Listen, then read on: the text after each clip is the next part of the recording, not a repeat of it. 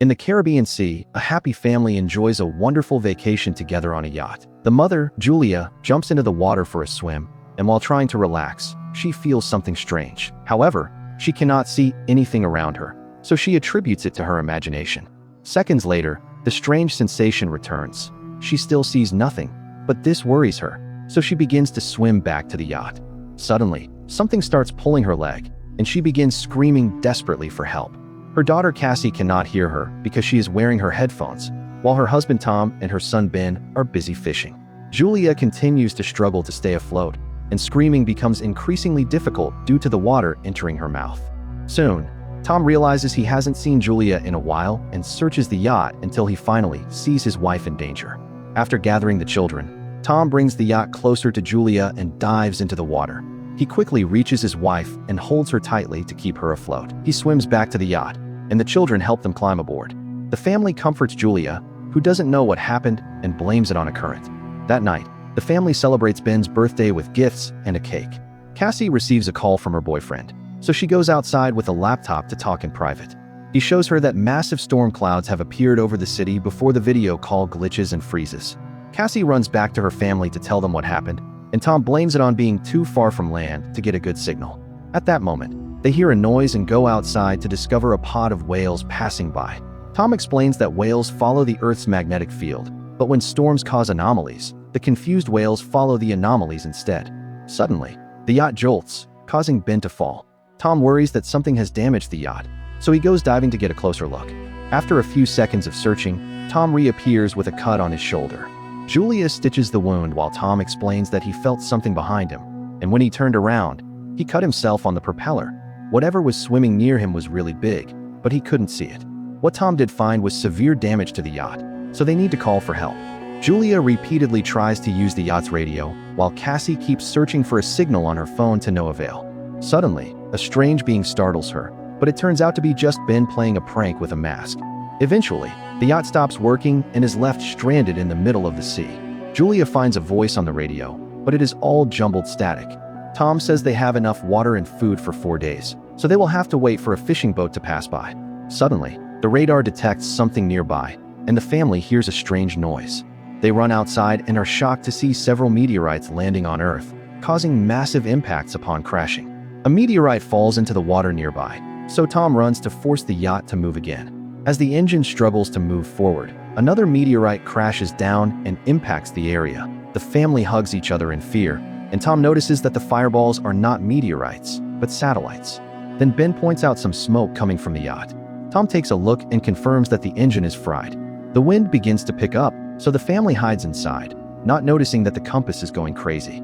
The yacht begins to shake, and Ben falls again, getting injured in the process. As the waves crash against the yacht, Tom fights the wind to retrieve life jackets from a box outside and brings them to the family. At that moment, the power cuts out, so Tom moves quickly to flip a switch on the fuse box. When the lights come back on, Ben notices that Julia's nose is bleeding. As Julia begins to feel dizzy, Cassie runs to the sink to vomit. Tom keeps trying to use the radio without success. Suddenly, the family hears a high-pitched noise and the wind worsens. Julia tries to keep the doors shut. However, a hatch flies open, and soon the wind shatters the windows. Tom lights a flare before darkness takes over everything. The next morning, the family wakes up in shock, realizing they survived the storm, although the yacht is practically destroyed. The family steps outside only to discover that all the world's oceans have disappeared, and the yacht is now grounded on land. After staring at the desert in shock, the family tries to think of what to do. Cassie searches for a signal, but nothing happens, and Ben plays with 2 dead crabs. Tom checks the compass and notices that the poles have reversed. The last time this happened was over 700,000 years ago. Cassie suffers a breakdown upon realizing her boyfriend must be dead and runs to hide, pushing her mother away when she tries to comfort her. While Julia and Tom check which supplies survived the impact, Ben ties his birthday balloons to a rock in hopes of catching the attention of other survivors.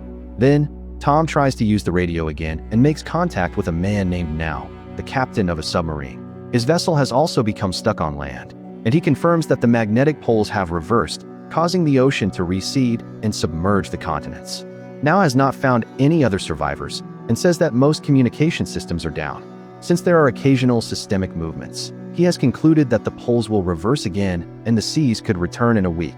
now advises the family to climb as high as possible because things will get violent when that happens. His partner died during the accident, and the submarine has space for 3 people.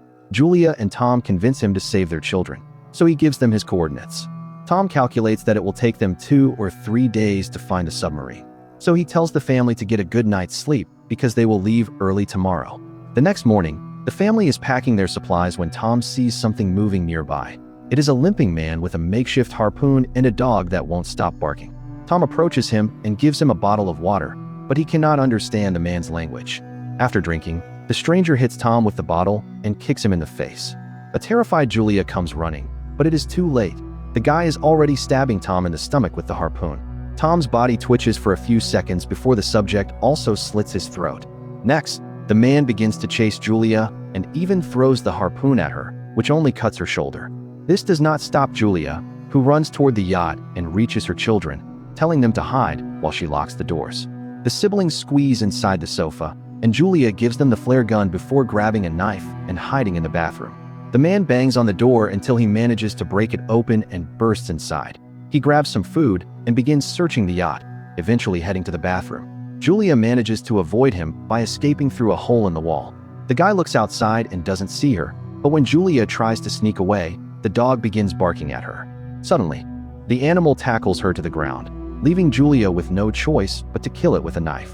The stranger hears the dog whimper and goes outside to find its body, which triggers an emotional breakdown. Meanwhile, Julia sneaks around the yacht and climbs to the top so she can re-enter through the broken window. Unfortunately, the man finds her first and knocks her down with a punch. Julia holds onto the furniture as he tries to drag her away, and in the middle of the struggle, she manages to kick him off. Then, the guy steps on her wrist to make her drop the knife, grabs her by the hair, and slams her face against the floor before throwing her onto the sofa to start choking her. The children have been watching everything and cannot take it anymore, so Cassie steps out and shoots the man with a flare. Fire immediately begins to spread through the yacht, so the children run outside, but Julia returns to kick the man in the face and grab the map with the coordinates, as well as their backpacks. Ben and Cassie cling to their father's body, and soon Julia joins them so they can all say goodbye together in tears. At that moment, the sinister man emerges from the yacht, so the family begins to flee as the yacht erupts in a massive explosion. Sometime later, the family stops at a small waterfall to rest. Cassie wonders if the crazy man reached them because of the balloons, which makes Ben feel guilty. Julia reassures her son that it wasn't his fault and urges the family to keep moving, as the strange individual is still following them. At a small pool of water, Ben becomes fascinated by the body of a hammerhead shark. At that moment, Julia sees that the man is about to catch up to them, so the family starts running again. They go down a dune and discover a pile of toxic waste, so they have to carefully bypass it. Moments later, it seems they have lost their pursuer. As they continue to travel, they keep seeing other things trapped in the ground, such as large dead marine animals and all the plastic from the bottom of the ocean. When Ben begins to walk slower, Julia notices that he is on the verge of dehydration and stops so everyone can rest. To their horror, the water bottle is almost empty, and Cassie realizes she must not have closed it properly. Julia yells at her for being careless, but Cassie says it doesn't matter because there is no way they will survive this anyway. After a long argument filled with shouting, the family keeps moving forward. Eventually, the group finds a crashed plane and is startled by a sudden movement, but it turns out to be just birds. The family decides to spend the night inside the plane. They share a snack, and Julia's heart breaks when she finds a family photo inside Tom's jacket. Cassie asks to be told the story of how her parents met, so Julia shares how Tom went to the hospital where she worked and became her patient. He declared his love to her with flowers and a beautiful poem. In the middle of the night, Cassie leaves the plane to use the bathroom. Suddenly, the sinister man surprises her from behind, but Julia jumps on him first and stabs him repeatedly with unleashed grief and fury. Cassie has to help her calm down with a hug. The next morning, the body is covered in fleas. The family notices that he has many bite marks, so there must be some animal hiding in the area. After the group leaves, a bunch of crabs crawl out of the man's mouth. A few hours later, Julia and Cassie stop to look at the map, but Ben keeps walking even when Julia tells him to stop. He desperately buries his face in a puddle to drink, and Julia quickly pulls him back, explaining that the unknown water could make him sick. The family continues traveling and has to cover their heads to protect themselves from the scorching sun. Ben starts to feel dizzy, so when they discover a pile of old chairs, Julia and Cassie use them to improvise a shelter. Julia gives Ben an injection of medicine, and they agree to spend the night there. Early in the morning, Julia wakes up because she hears a strange sound. She leaves the shelter to investigate and is shocked to discover a swarm of crabs approaching. Julia runs to wake up her children, and the family starts running as fast as they can. They stumble upon a massive cargo ship and run toward it, noticing that 3 crew members are still alive. The woman wants to help them, but the 2 men refuse, and the group hides inside a container, which they lock to keep the family out.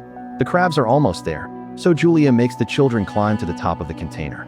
As she begins to climb too, the crabs start violently pinching her leg. The siblings have to help their mother up before she is dragged down. There is a hole in the side of the container, so half of the crabs go inside.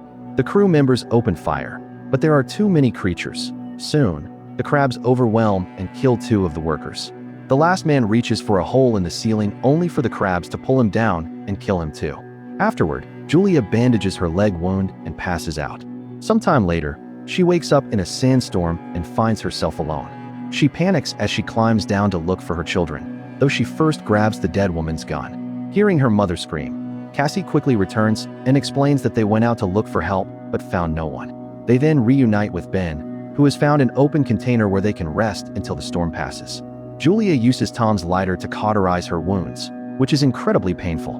Once the storm ends, the family finds a bunch of water bottles in another container. They then check the bodies and discover a radio plus a gun.